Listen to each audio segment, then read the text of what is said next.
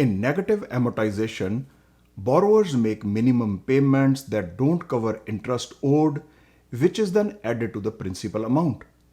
As a result, overall loan balance goes up, which is why Canadian regulators are worried and us borrowers should be too. Hi, my name is Sunny, and a quick like share alongside smashing that like button will be highly appreciated.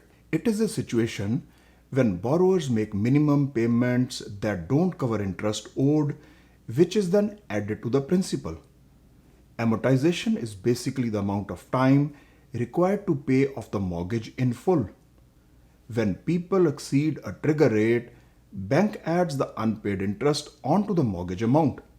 Now, in spite of borrower paying regular monthly mortgage payments, rather than mortgage balance going down, it keeps on creeping up. Consequently, amortization period gets extended beyond regular 25 or 30 years to much beyond that. This is called negative amortization, which is worrisome for both banks as well as borrowers. It is very evident as rates have gone up very quickly in the last short while, amortization period have got extended too much. Let's see how negative amortization works in real life situations. On a mortgage of 100,000 at 2%, when amortized over 25 years, monthly installment is about $425. Now rates are about 6%, making new payment as $640 per month, which is more than what you have contracted for, which bank can't increase. Therefore, this extra increased amount the bank adds onto your initial 100,000, thus increasing loan balance. Surely, this can't go in forever as both loan and interest have to be paid down, that too within a reasonable amortization period, which is 30 years maximum allowable in Canada. At the end, borrowers also have to make increased payments when their contract expires. Roughly one third of total 1.5 trillion residential mortgage in Canada are variable rate, up 18% from pre-pandemic levels. We don't have 30-year fixed mortgages like US, so we have to renew based on our term. Maximum is every 5 years. Latest report says about 20% of all mortgages with 6 major banks in Canada have amortization greater than 30 years.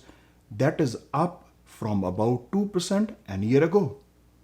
BMO is topping the list with about 33%, CIBC with about 30%, TD with about 28%, RBC with about 25% of their mortgage portfolio that has amortization over 30 years. As major banks are reporting increase in negative amortization for residential mortgages, the danger is very real.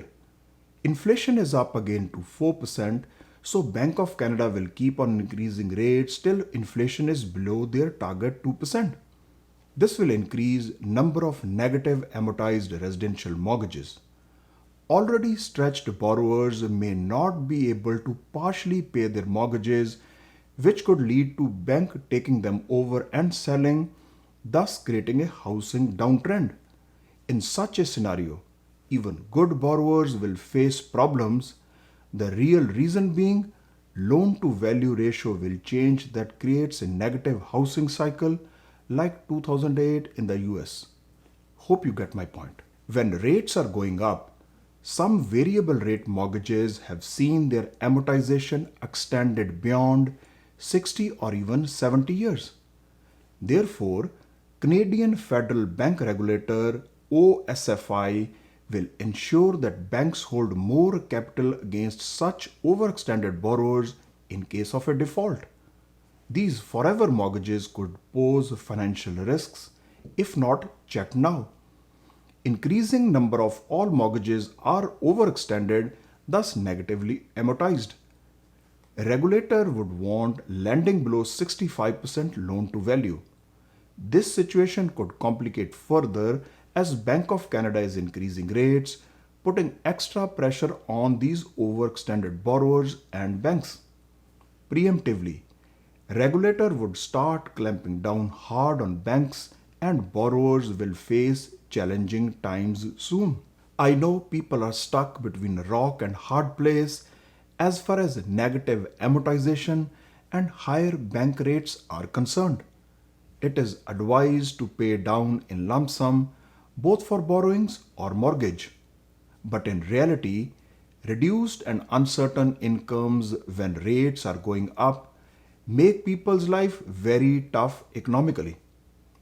Locking your mortgage for short term could be helpful as more possible rate hikes are expected.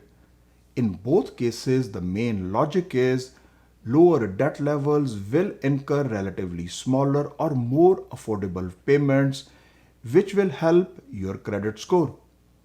Always anticipate an event before that occurs while keeping an eye on macroeconomic environment. I believe there is too much over leverage in Canadian housing market. No borrower wants to lose their house or rental property, but sinking real estate valuations will make life quite challenging for some borrowers. This will not only change loan to value for borrowers, but with rate increases, repayments will become unaffordable. In extreme cases, banks might start repossessing and then selling in the market. This will create like what we saw in 2008 in the US, where we saw huge real estate correction, which I believe is overdue in Canada. Now, severity will depend upon how steeply rate hikes will move. As a disclaimer, I'm not a financial advisor. Please consult one before investing based on your personal financial situation and don't forget to do your own due diligence. If you like the content that I make, please help me and my channel by liking and subscribing to it. Thanks for watching and see you in the next one.